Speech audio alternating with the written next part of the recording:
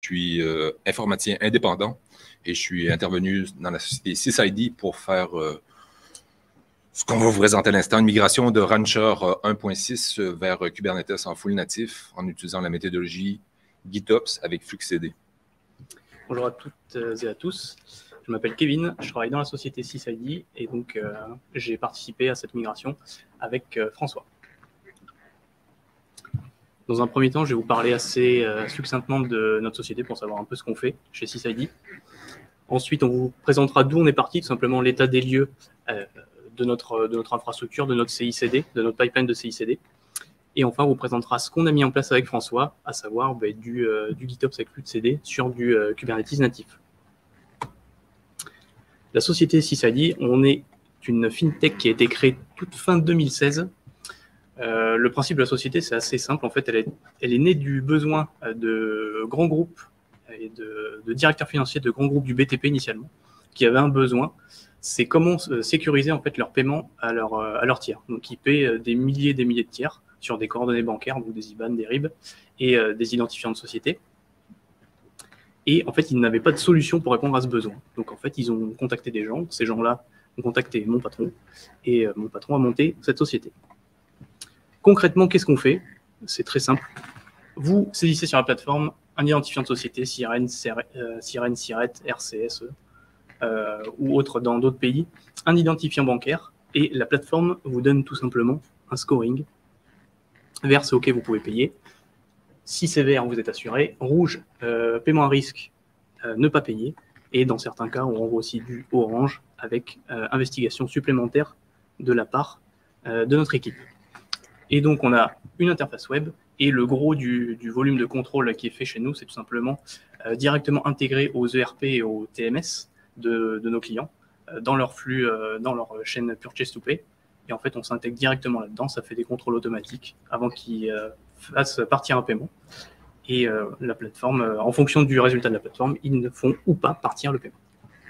Donc, il y a beaucoup des grands groupes du 440 qui utilisent ça, en fait, comme Kevin l'a dit, dans un ERP, en fait. Donc, ça batch des fois jusqu'à 10 000 paiements, en fait, 10 000 vérifications d'identité bancaire pour les scores durant la nuit. Donc, voilà. Donc, le point de départ, c'était Rancher 1.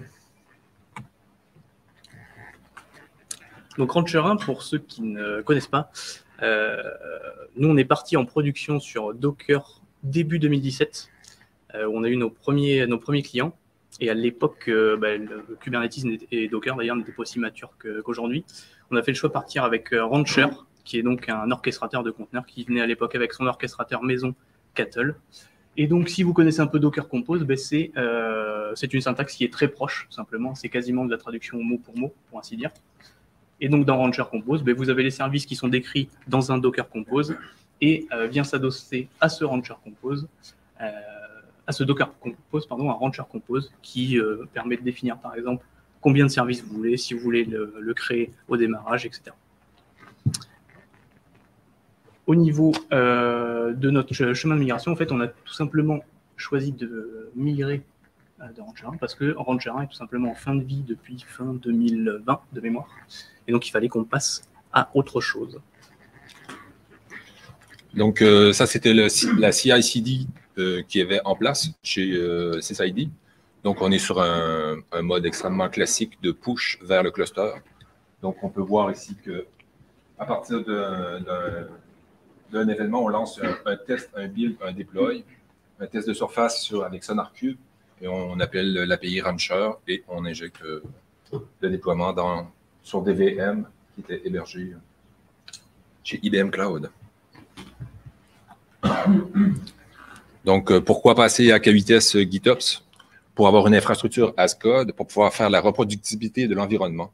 Si pour des raisons réglementaires, UK en fait quitte l'Europe, et pour accéder à COP UK, peut-être qu'il faut avoir un cluster, c'est pas encore clair, peut-être qu'il faut avoir un cluster à Londres ou ailleurs, en Angleterre.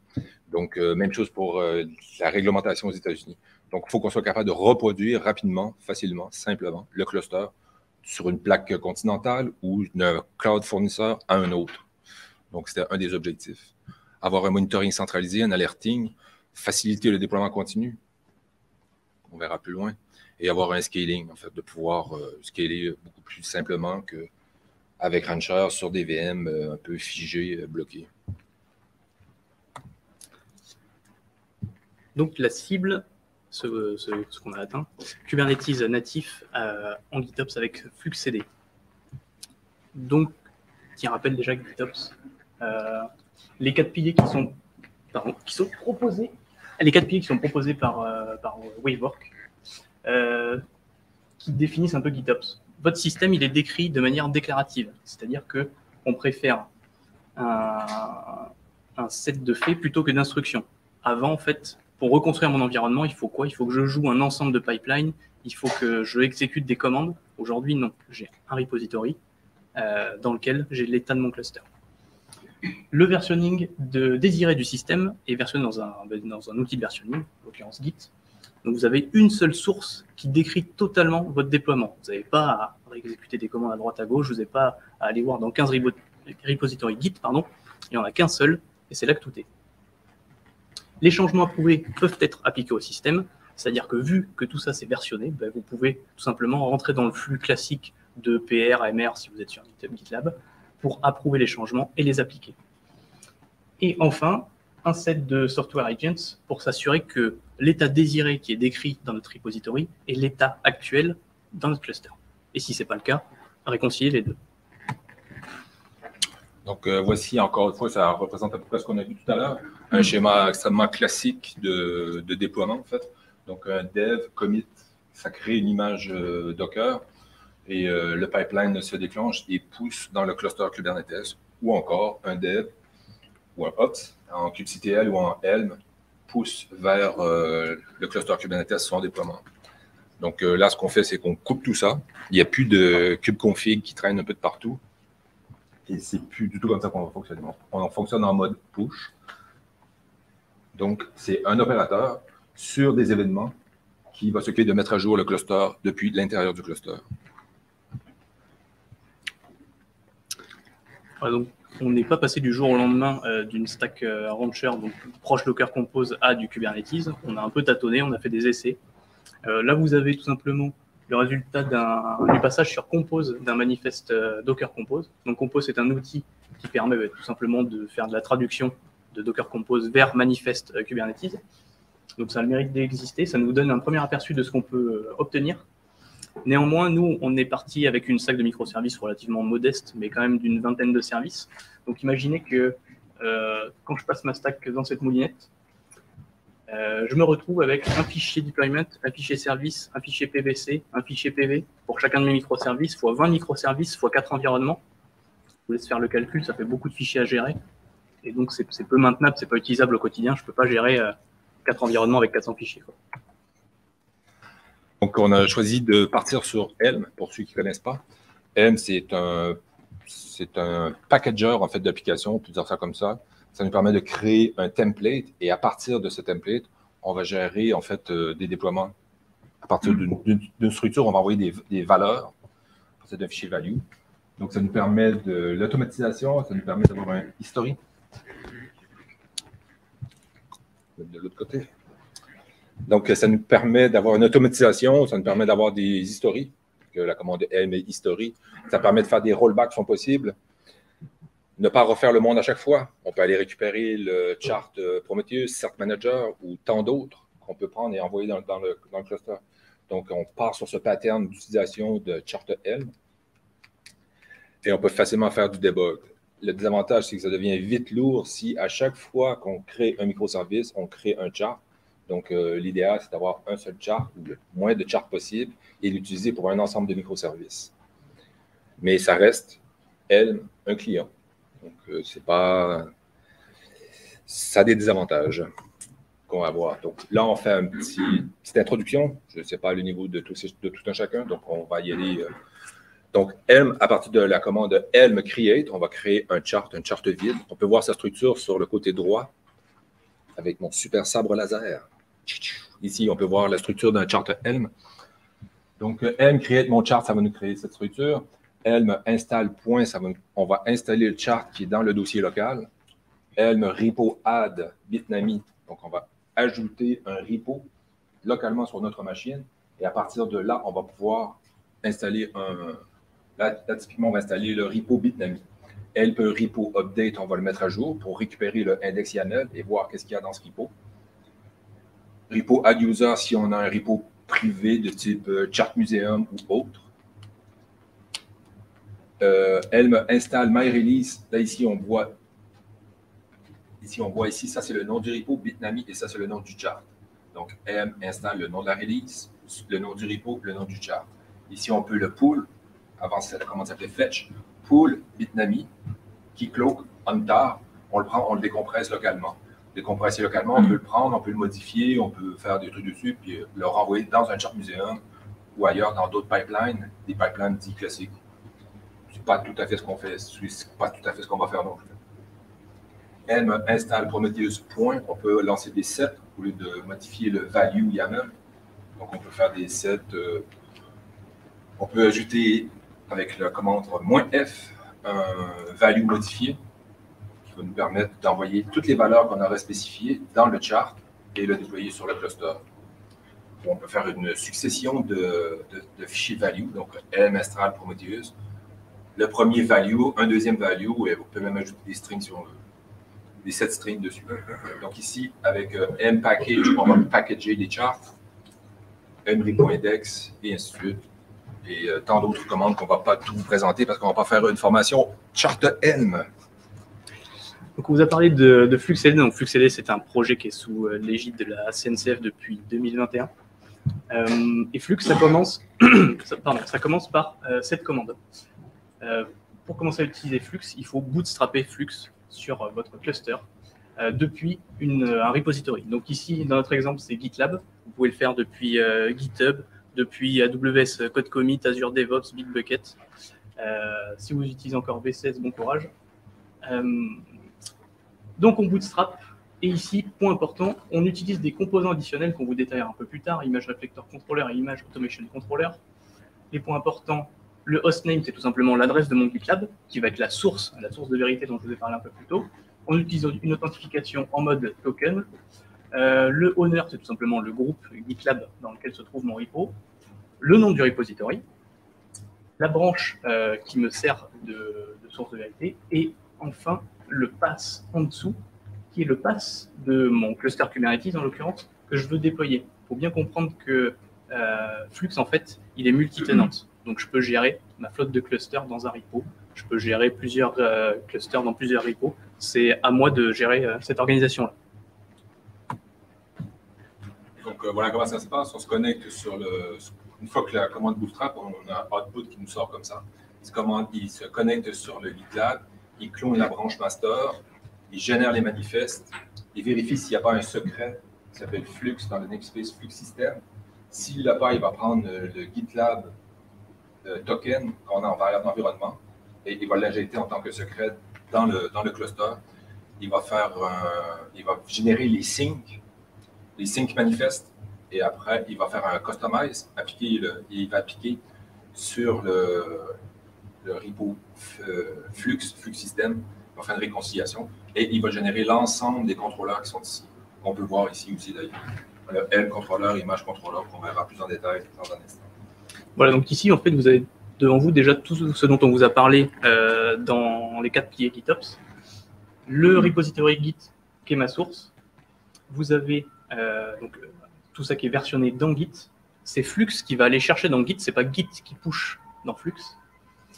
Et ensuite, j'ai tout en bas, et comme indiqué dans la capture d'écran, mes software agents qui vont pouvoir en fait gérer et contrôler que l'état de mon cluster que j'ai décrit dans mon gestionnaire de source est bien l'état appliqué dans le cluster. Donc voilà à quoi ressemble. Ici, il va nous créer en fait le nom. On voit le repo s'appelle FluxCD. Le dossier où il y a tous les clusters, donc on peut avoir 1, 20, 30, 700. Le CERN à Genève, lorsqu'ils font dans l'accélérateur d'Hadron, lorsqu'ils font une collision, en fait, je crois que maintenant ils utilisent ça. Avant, ils utilisaient Argo CD et ils peuvent générer jusqu'à 600 clusters dans des instances spot ou autres, multi-cloud provider, que ce soit chez GCP, Azure ou autre, et ils utilisent un peu ça comme ça. Donc, je fais une petite parenthèse. Donc, FluxCD, cluster staging, Flux system. Dans Flux system, qu'est-ce qu'on trouve? On trouve ces 3 fichiers qui sont là. Flux system, le GitHub Toolkit Component, c'est le moteur, en fait, de Flux. Là, il y a 700 lignes, en fait. 700 lignes de fichiers, et ça, c'est le GitHub Sync, c'est ce qu'on voit ici. Donc, on fait une déclaration d'un Git repository, Flux system, dans Flux system. À toutes les minutes, on va aller le vérifier. On va le vérifier sur sa branche master. Le secret pour accéder, ça s'appelle Flux system, on a vu, qui a récupéré notre GitLab token et il en a fait un secret. Son URL est ici. Et tout de suite après, dans le même fichier, on a une customization. On voit ici qu'on a une customization qui est différente. On n'a pas une customization classique de Kubernetes. On a une customization qui a été amenée par des CRD, en fait. Donc, Customize Toolkit FluxCD version 1 bêta 2. Donc, cette customization, elle nous dit quoi? Elle nous dit que dans la customization s'appelle Flux System. Dans le namespace Flux System, il y a un sync pour 10 minutes et il va aller vérifier dans ce path cluster staging, prune true et la référence du Git repository qui est juste déclarée un peu plus. Maintenant, on va vous parler un peu de ces software agents, donc les contrôleurs dans Flux qui nous aident et qui nous rendent service au quotidien. Le premier d'entre eux, c'est le source controller. Le source controller, il vient avec ses CRD. Donc CRD, c'est les Custom Resource Definitions qui permettent d'étendre l'API Kubernetes natif, décidément, ce truc-là. Le source controller, ben, il gère les sources, comme son nom l'indique. Donc, quel est son rôle à lui? Tout simplement, il va vers vos sources, ça peut être du Git, ça peut être du Helm, ça peut être du S3, et en fait, il en fait des artefacts, concrètement des tar GZ, et il s'arrête là. En fait, lui, son travail, c'est mettre à disposition ces sources-là pour les autres consommateurs qui sont, entre autres, les autres contrôleurs qu'on va voir par la suite. Donc voilà, le source controller se connecte à un GitHub, à un Helm repository, à un Bucket S3 ou d'autres sources. Donc, il connecte avec vos API Kubernetes. Les consommateurs, comme Kevin vient de le dire, c'est différents contrôleurs qui sont à l'intérieur du cluster Kubernetes. Et lui, il va créer l'artefact. Il ne va pas appliquer l'artefact, mais il va créer l'artefact. Donc, il va le fetcher, il va le prendre, il va le builder. Pas tout à fait builder. Le Customize Controller, lui, ce qu'il fait, c'est qu'il va utiliser les Git repository et il va utiliser un customization, le customization que je vous ai parlé tout à l'heure, qui n'est pas le customization par défaut, qui est inclus dans Kubernetes. Donc, lui, ce qu'il fait, c'est qu'il va chercher le source controller. À partir du source controller, c'est lui qui va faire la réconciliation. C'est lui qui va faire le build, puis qui va faire la réconciliation entre ce qu'il y a dans le cluster et l'état souhaité du cluster. Ben, ici, on voit qu'on est sur un environnement qui dit multitenant. Multitenant, on peut dire plusieurs façons de dire multitenant. C'est multi-everywhere, en fait. Donc, ça peut être multitenant pour multiples clusters et ça peut être multitenant pour un seul cluster, un seul repo. Et dans ce repo, pour des équipes de développement, dans des grandes entreprises où il y a 40 équipes de développement, on pourrait pointer un Git repository vers le repo de chacune des équipes, puis avoir un path, et on irait vers exactement là où est déclaré les fichiers qu'on aurait besoin d'appliquer dans le cluster. Donc, on pourrait avoir le namespace, les CRD, les airbags et les déploiements pour chacune des équipes réparties, en fait. Voilà pour le cluster. Donc, le Customize Controller, il a pas mal de responsabilités. Donc, comme vous a dit François, il y a la customization spécifique FluxCD, mais le Customize Controller se sert de Customize. Donc, Customize qui permet de faire de la surcharge, en fait, de la gestion d'overlay. Donc, dans Customize, vous déclarez une base que vous pouvez, par exemple, typiquement surcharger par environnement. Et donc, c'est le rôle de ce contrôleur de gérer ça et aussi de gérer les dépendances. C'est là où ça devient sympa. C'est que ici, typiquement, dans mon repo, qu'est-ce que j'ai? J'ai deux grandes familles, pour simplifier. J'ai l'infrastructure et les applications. Les applications, elles ont besoin de l'infrastructure pour fonctionner. Grâce à Flux, on peut gérer cette dépendance-là. Donc ici, vous avez une customisation, la première, la customisation qui s'appelle infrastructure. Elle a un pass dans mon repo Git repository qu'on a vu dans les premiers slides, qui est dans infrastructure. Et ensuite, j'ai un exemple ici de customization pour mes applications de mon environnement de démo, qui dépend, comme c'est indiqué ligne 22-23, de l'infrastructure. Qu'est-ce que ça veut dire ça? Ça veut dire que le Customize Controller, tant que mon infrastructure n'est pas entièrement déployée sur mon cluster et considérée comme stable et prête à recevoir en fait, des requêtes concrètement, il ne va pas déployer mes applications de démo. On pourrait prendre ça ici, en fait, on pourrait le déplacer. Donc, on pourrait bootstrapper, prendre juste ce fichier-là, pouf, le déplacer, Et l'infrastructure s'installerait, les applications s'installeraient automatiquement. Et l'infrastructure avant, les applications après. Donc, voici à quoi ressemble un customization de l'infrastructure. Là, on est sur le répertoire app dans lequel toutes les apps sont dedans. Cluster 1 ou des clusters, infrastructure, l'ensemble des dossiers contenant les Helm release pour le déploiement de l'infrastructure. On commence par, moi je l'appelle source, hein, on l'appelle comme on veut, hein, il n'y a pas de... Je l'appelle source dans lequel je mets les namespaces, je mets les connexions pour les images les registries, les images repositories. On va détailler tout ça un peu plus tard. Cert Manager, Thanos, c'est toute une liste en fait. Toute la liste qui est ici avec ce customization va se faire. Une fois que tout sera opérationnel, LT et fonctionnel, là après, on va commencer à déployer les applications de démo. Là, on avait la Voilà, donc comme vous avez pu le voir juste avant, là vous avez le customization qui est tout en bas de la liste qui est affiché et la customization FluxCD référence celui-ci. Ensuite, on vous a parlé de Helm. Ça tombe bien, dans Flux, on a un contrôleur Helm également. À quoi il sert ce contrôleur? Tout simplement, il gère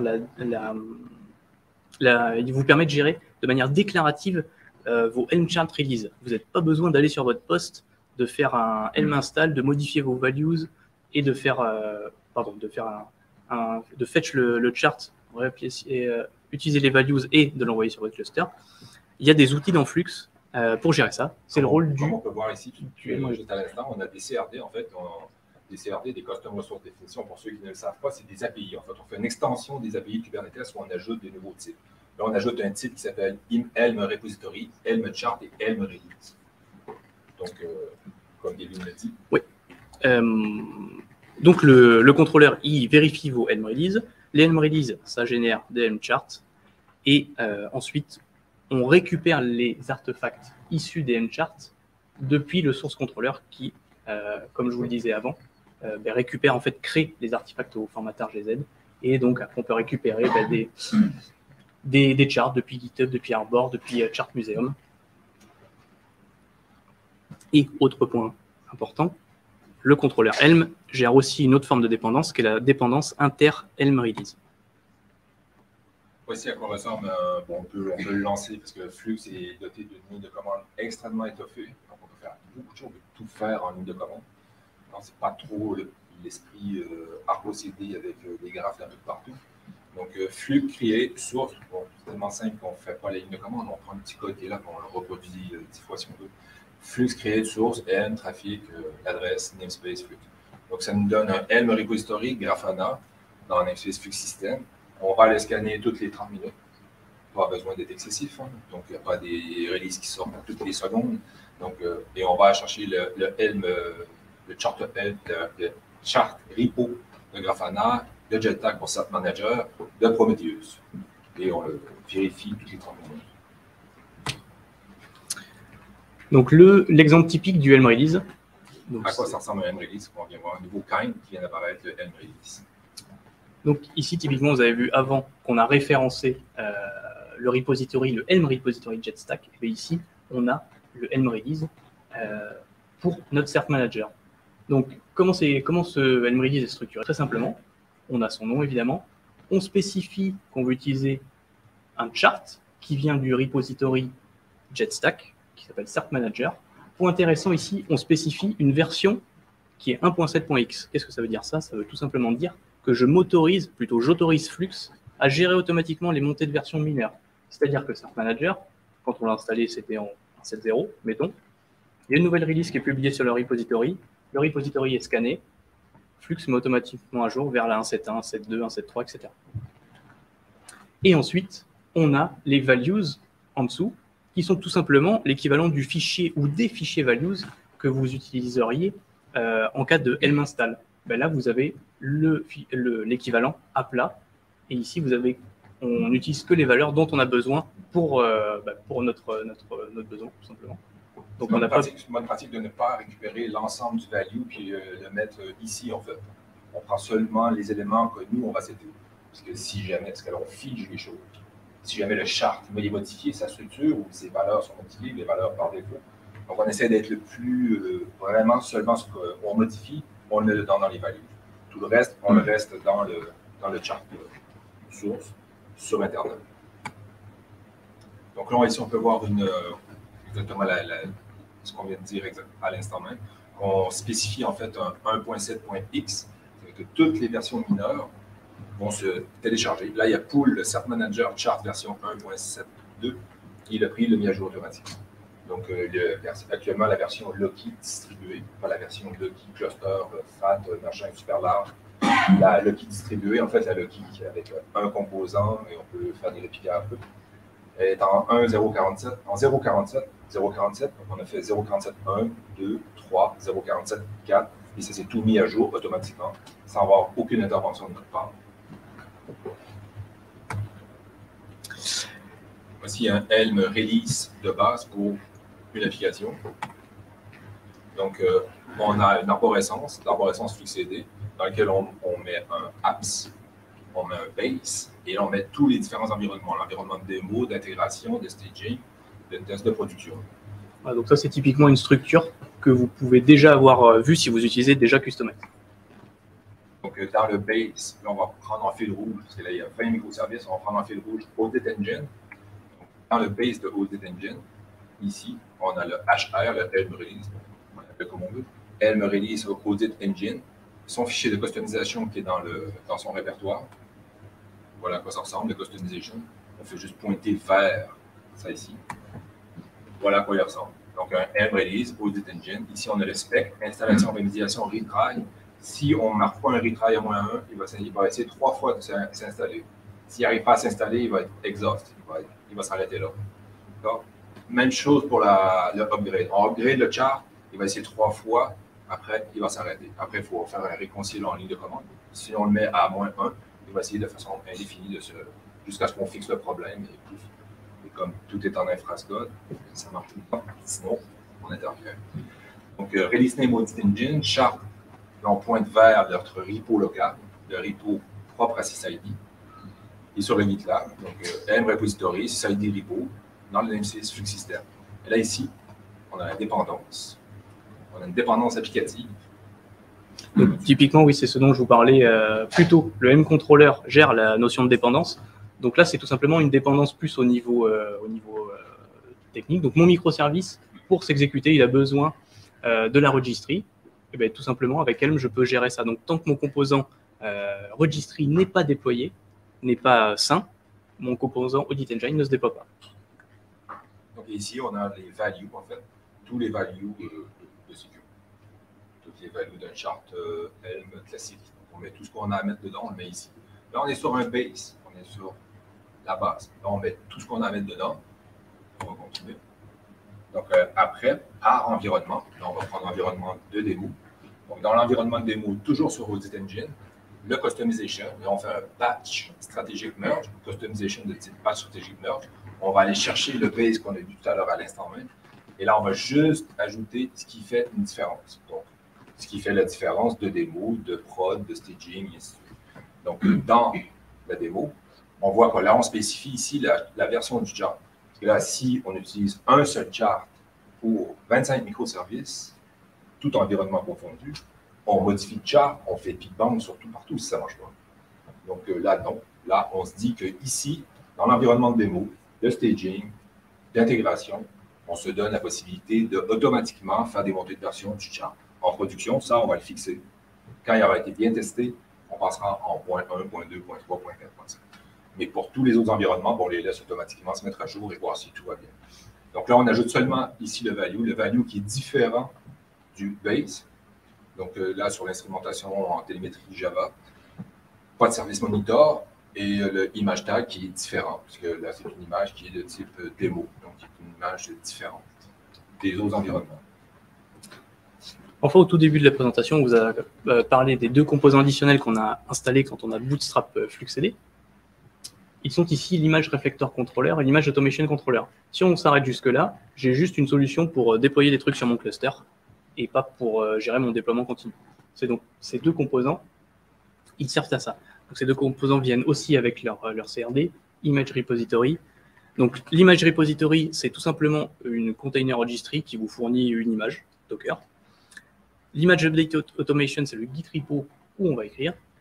l'image policy, c'est la logique de sélection de l'image. On va voir ça juste après en quoi c'est vraiment super au quotidien. C'est une image repository, en fait, donc on fait un nouveau kind d'image repository pour Audit Engine dans l'M6 Flux System, avec son secret pour y accéder, elle n'est pas publique, donc et son chemin pour y accéder. Donc, toutes les 5 minutes, on va se connecter et le source controller va aller vérifier s'il n'y a pas quelque chose de neuf dessus.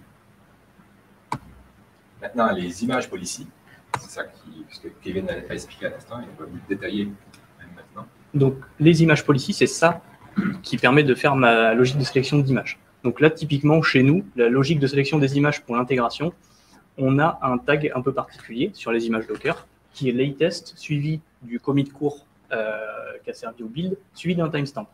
Et là, ce qu'on dit en fait à Flux, c'est donc de limiter en termes de recherche d'images dans ma registry que sur ce pattern, et ensuite, on extrait le timestamp. Et l'extraction de ce timestamp permet à Flux de trier mes images finalement de la plus ancienne à la plus récente. Et c'est comme ça en fait que Flux est capable de dire ok, j'ai vu que ton pipeline avait déployé une nouvelle image dans la registry, je la récupère, je la mets à disposition, et comme ça je peux gérer mon déploiement continu.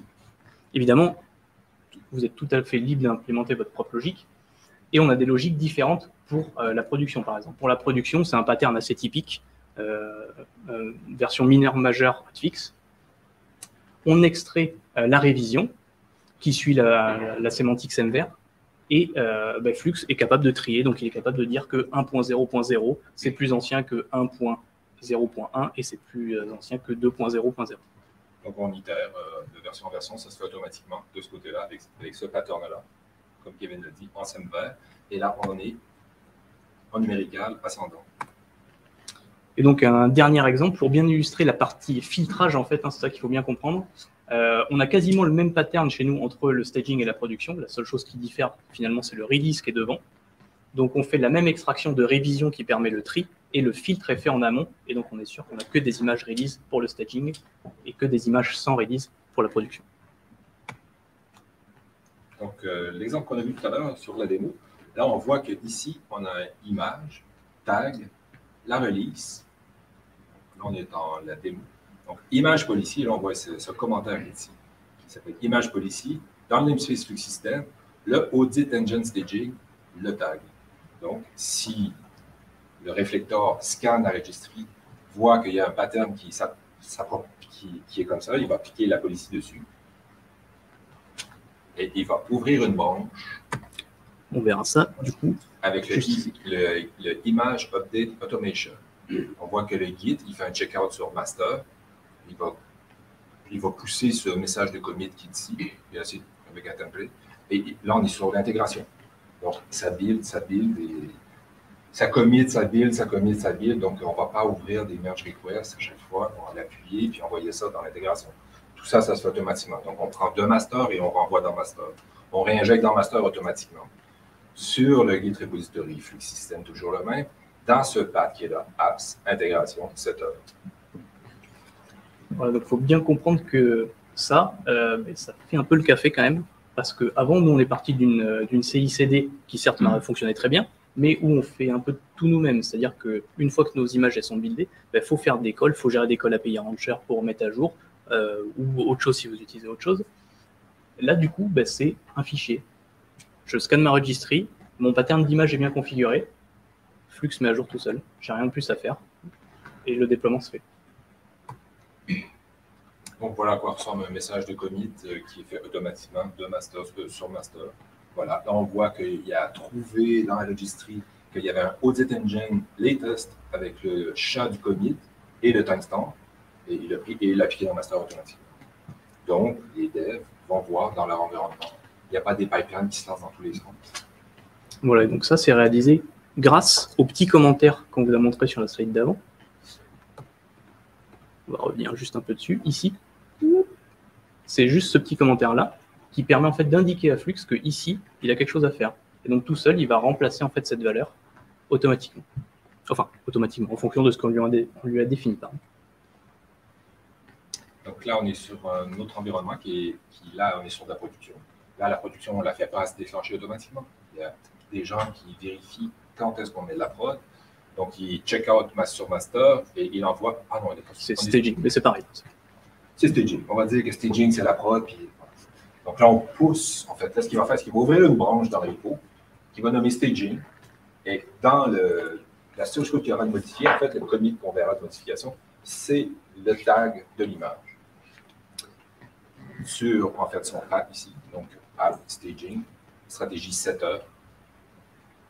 Voilà, donc pour revenir au tout début, on a vu les piliers de GitOps, on avait le Git repository, on avait la gestion des changements. Et bien là, on est dans la gestion des changements. Typiquement, quand je veux faire une release en staging, je veux pas que ça déploie automatiquement. Donc, qu'est-ce que va faire Flux? Il va commit dans une branche dédiée qui va tirer depuis master. Et donc, moi, derrière, j'arrive, j'ouvre ma merge request de staging vers master, je la soumets en relecture. Et une fois que c'est approuvé, c'est mergé sur master. Et là, on repart dans du déploiement géré par Flux. Donc, je maîtrise. Flux se reconnecte au Git et il va sync et il va appliquer ça dans le cluster. Un contrôleur dont on vous a pas encore parlé, mais qui est relativement important, c'est le Notification Controller. Donc en fait, lui, son rôle, il est vraiment central parce que le source controller, lui, il fait juste la mise à disposition. Le rôle du Notification Controller, c'est de détecter, de gérer tous les changements de source et en fait, d'en avertir tout le monde, globalement.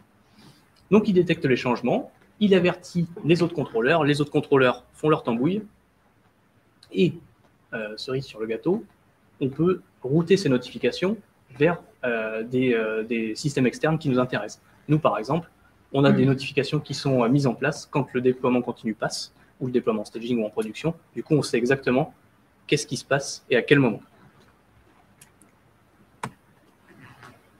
Et les secrets, donc ça, si on raconte tous nos secrets, puis on les met dans un Git repo, on n'est plus trop un agent secret. Là. Donc, s'il y a un historique avec tous les secrets dedans, c'est pas génial. Donc, on peut utiliser Seal Secret, qui va nous rajouter, si on suit la procédure sur la documentation exceptionnelle de FluxCD, il va nous rajouter un Seal Secret contrôleur dans le namespace Flux System, et à partir de ça, on va chiffrer tous les secrets. Donc, le repo Git de Flux System, il pourrait être public, ça n'aurait aucune importance. Ici, on peut aussi utiliser Mozilla Secret Operation, donc qui fait un chiffrement sur AWS KMS, GCP KMS, Azure Key Vault, HashiCorp Vault et GPGP. Un point sur la mise à jour de Flux. La mise à jour de Flux est extrêmement simple. Vous récupérez la dernière version du client en local et vous rebootstrappez tout simplement sur votre cluster. Donc, cette commande, évidemment, elle nécessite d'avoir un contexte, un kube config qui va bien, qui pointe sur le bon cluster, tant qu'à faire. Et vous avez juste à rebootstrapper Flux. Et en fait, Flux, il va réajuster tout ça. Il va faire des mises à jour dans les trois fichiers GOTK, GitOps Toolkit, qu'on a vu au tout début. Et c'est fini. Flux, c'était au début, quand je vous ai présenté le bootstrap, je vous ai dit qu'il va vérifier s'il n'y a pas le secret Flux System dans le namespace Flux System. Là, il l'a déjà, donc maintenant qu'il sait qu'il l'a, il n'y a pas besoin de créer. Il va renvoyer ses composants, il va refaire son manifeste. Et on va dans le repo, on fait git pull, et on récupère les dernières versions localement des mises à jour, des syncs qu'il a fait, tout va bien. Donc on pourrait prendre à peu près la plupart des choses qui sont dedans, puis vous strapper 1, 2, 10, 15 clusters si on veut. C'est juste de mettre les bons fichiers au bon endroit, c'est vraiment très très stressant. Quelle est la différence entre FluxCD et ArgoCD? ArgoCD est essentiellement WebUI. Bon, il y a une approche de différence, l'approche de type application. FluxCD va utiliser la Helm librairie. C'est-à-dire que dans le namespace, on va faire Helm list et on va voir qu'est-ce qui se passe, où on en est, s'il y a des choses, le nombre de révisions. Chaque fois qu'on fait une modification, on va avoir une révision qui va s'ajouter. Donc, on va tout pouvoir suivre. Donc, Helm list, on voit ce qui se passe. ArgoCD, il n'y a pas ça. Parce qu'ArgoCD, il va prendre des fichiers, des Helm, puis il va en créer des fichiers manifestes qu'il va appliquer. Donc, ça, on ne le verra pas. Au niveau sécurité, ils ont passé leur audit de sécurité, ça s'est bien passé. ArgoCD, je ne sais pas s'ils vont faire un audit de sécurité. Je pense qu'il faut qu'ils fassent un audit de sécurité pour rentrer à la SNCF, hein, mais en tout cas, parce qu'eux, ils ne gèrent pas avec des airbags, ils gèrent avec. On rentre dans le cluster, on a le WebUI, on a tous les droits, et on crée des utilisateurs localement dedans. L'autre approche. Voilà. Mais je ne connais pas assez ArgoCD pour pouvoir faire un avis tranché sur ArgoCD, dire que c'est bon ou pas bon. Je ne connais pas assez ArgoCD. Mais FluxCD, je sais comment ça fonctionne, il n'y a pas de souci avec ça. Et merci de nous avoir écoutés.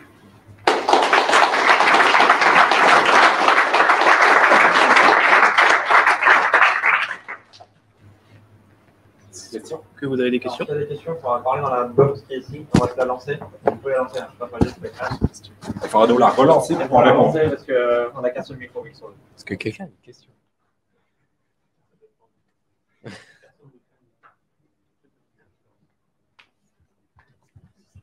Je veux bien que tu la passes. Allô, allô. Vous utilisez quoi comme outil pour surveiller ce qui se passe sur votre cluster, monitorer, voir si, voir les métriques aussi, enfin tout ça. Je vous rends le... Bon, les métriques c'est autre chose. Hein. Donc, mais pour voir l'état du cluster, on a des channels de notification lorsqu'il y a des erreurs. Donc, si on envoie toutes les notifications de type info, bon, chaque fois qu'il va syncer sur Jetstack ou machin, ça va en faire une multitude d'alarmes pour rien. On récupère seulement ce qui est en erreur dans un canal dédié et on voit ce qui s'y passe. Il y a une extension sur VS Code qui nous permet d'avoir une vue du cluster qui est un petit peu lourde, mais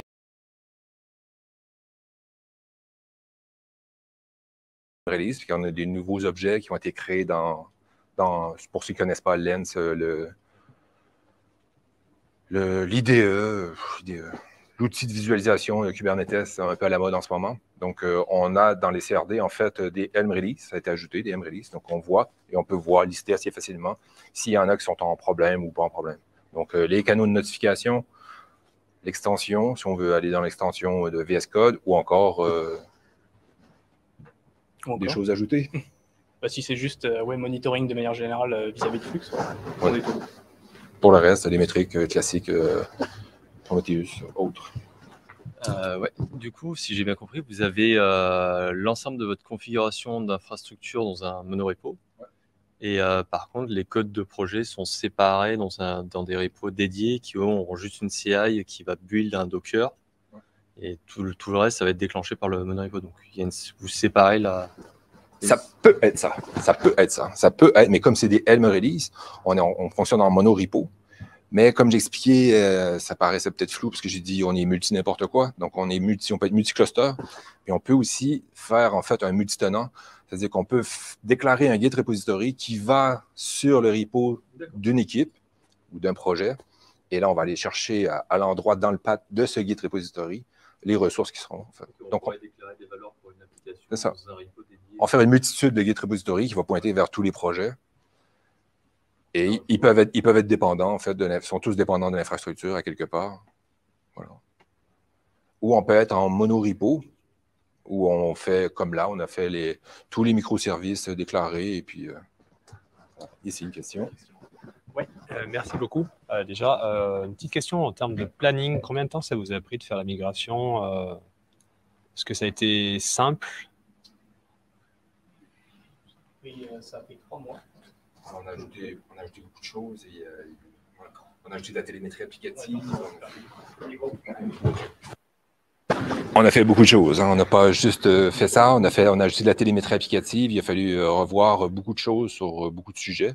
Mais en tout et partout, 3 mois à peu près. Là. Oui, c'est ce qu'il nous a fallu. Mais globalement, le plus gros du travail, on vous en a rapidement parlé, mais on ne peut pas y passer la nuit non plus. Ouais, c'est qu'on avait, nous, avant une stack de monitoring par environnement. C'est un peu le bazar à gérer. Donc, on a maintenant une stack de monitoring basée sur Prometheus, Grafana, Loki, Tempo, qui est commune à tout le cluster. Donc, on monitore tout le cluster d'un coup. C'est vachement plus pratique. Ce qui était un peu long aussi, c'est de créer les Helm charts donc, pour l'application. En fait, là où, quand vous utilisez Helm au quotidien, donc vous récupérez Cert Manager, etc., vous installez que Cert Manager.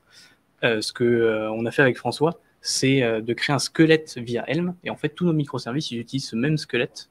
Et on installe les applications comme ça. C'est ça qui est un peu long, en fait. Il a fallu toujours itérer. Bon, un chart Helm, c'est pas si compliqué que ça, mais l'itérer pour qu'il arrive à fonctionner pour tous les microservices et d'avoir quelque chose d'assez solide et le plus simple possible et pas une espèce d'usine à gaz. Là.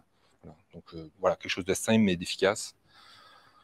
Voilà. Puis, comme Kevin a dit, on a ajouté de la télémétrie applicative, on a changé les logs avec du Elasticsearch, on a enlevé tout ça. On a vraiment fait un gros travail là, de modernisation du système, en fait. D'autres questions? On passe au speaker suivant.